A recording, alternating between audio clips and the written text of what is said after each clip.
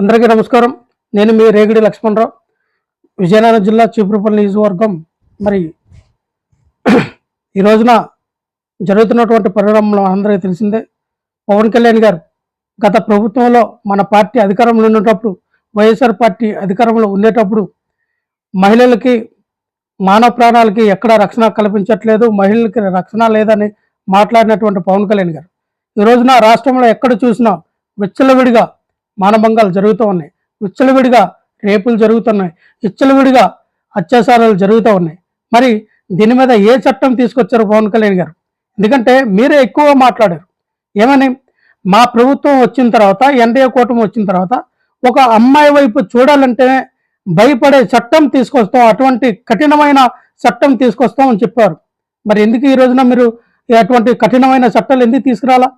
ఈరోజు చూస్తే అక్కడ గురువాడలో ఉన్నటువంటి గొడ్ల వల్లేరులో ఉన్న ఇంజనీరింగ్ కాలేజీలో దాదాపుగా 300 నుంచి 350 వీడియోలు మహిళల యొక్క ఆత్మ గౌరవాన్ని భంగం కలిపేటట్టుగా అక్కడ సీసీ కెమెరాలు పెట్టి, వాళ్ళు స్నానాలు చేసే గదిలో సీసీ కెమెరాలు అమర్చి మరి యొక్క వీడియోలు చిత్రీకరించి మా అబ్బాయిలు ఉన్నటువంటి హాస్టల్కి వేరే ఇంటర్నెట్లో పెడుతున్నారంటే ఎంత దౌర్భాగ్యం! ఇదంతా ఎవరు చేస్తూ ఉన్నారంటే మరి మేడిశెట్టి స్వర్ణ కీర్తిక అన్న అమ్మాయి టీడీపీ నాయకుడు ఒక కూతురు అంట ఆవిడ.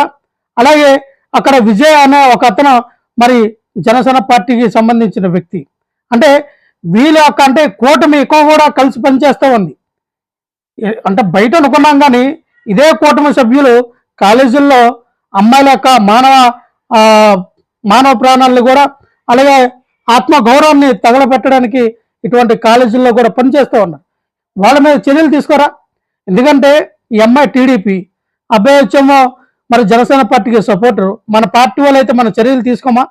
అదే పక్క పార్టీ వాళ్ళ మీద అయితే అరెస్టులు చేసి వాళ్ళ మీద అక్రమ కేసులు పెట్టి భరించేద్దామా? ఇది పార్టీలకి ఆపాదించకండి. మా పార్టీ అయినా, మీ పార్టీ అయినా, ఏ పార్టీ అయినా తప్పు చేసిన వాళ్ళకి శిక్ష పడాలి. ఆడపిల్లల యొక్క ఆత్మగౌరవాన్ని దెబ్బతీసి వాళ్ళ జీవితాలతో ఆడుకున్నటువంటి ఇటువంటి లక్షణ కొడుకుల్ని, ఇటువంటి అమ్మాయిల్ని ఖచ్చితంగా మనం కఠినమైన శిక్ష విధించాలి. ఎందుకంటే పవన్ కళ్యాణ్ గారు అక్కడ ఉన్నటువంటి అదే 300 మంది అమ్మాయిల యొక్క వీడియోలు బయటకు వస్తే వాళ్ళు బతకగలరా? వాళ్ళ ఆత్మహత్య చేసుకుంటే వాళ్ళ పరిస్థితి ఏంటి? వాళ్ళ తల్లిదండ్రులు ఆత్మహత్య చేసుకుంటే ఆ పరిస్థితి ఏంటి ఒకసారి ఊహించండి. అంటే ఇది చిన్న విషయం కాదు, చాలా పెద్ద విషయం. దీని వెనకతలో ఎవరున్నారు అన్న కూపు లాగండి. దీని వెనకతలో తంతేంటి, ఎవరు చేపించారు, ఎందుకు చేస్తూ ఉన్నారు, దీనికి ఏమైనా అంతర్జాతీయ ముఠాతో సంబంధం ఉన్నాయా, లేదా ఈ వీడియోలు ఎక్కడెక్కడ అమ్ముతూ ఉన్నారు అనేది మీరు మీ సంస్థ ద్వారా, మీకు ఉన్నటువంటి ఇంటెలిజెన్స్ వ్యవస్థ ద్వారా మొత్తాన్ని కూడా బయట తీయమని చెప్తా ఉన్నాం. ఎందుకంటే ఆ కాలేజీ యాజమాన్యానికి వాళ్ళు వారం రోజుల క్రితం చెప్తే మాకు 4 రోజులు టైం కావాలన్నారు. సరే 4 రోజులు టైం అన్న వ్యక్తులు ఉదయాన్నే ఎస్పీ గారు వచ్చి ఇక్కడ ఏం జరగలేదు, ఎటువంటి కెమెరాలు లేవు, వీడియోలు చిత్రీకరించలేదు, ఇదంతా ఒట్టి ఫేక్ న్యూస్ అని చెప్పారు. అంటే అక్కడ ఉన్నటువంటి 500 మంది అమ్మాయిలు చెప్పింది అబద్ధమా? మేము కెమెరాలు చూసామో 2-3 కెమెరాలు దొరికినాయని చెప్పడం అబద్ధమా? 28 కెమెరాలు కాలేజీ మొత్తం అమర్చారని చెప్పడం అబద్ధమా? అంటే ఆ కాలేజీ ఎవరిదంటే ఈ శేషాద్రి ఇంజనీరింగ్ కాలేజు విజయవాడలో ఉన్నటువంటి మరి గద్దె రామ్మోహన్ రావు గారు వాళ్ళ భార్య అయినటువంటి గద్దె అనురాధ గారి యొక్క కుటుంబ సభ్యులకు బంధు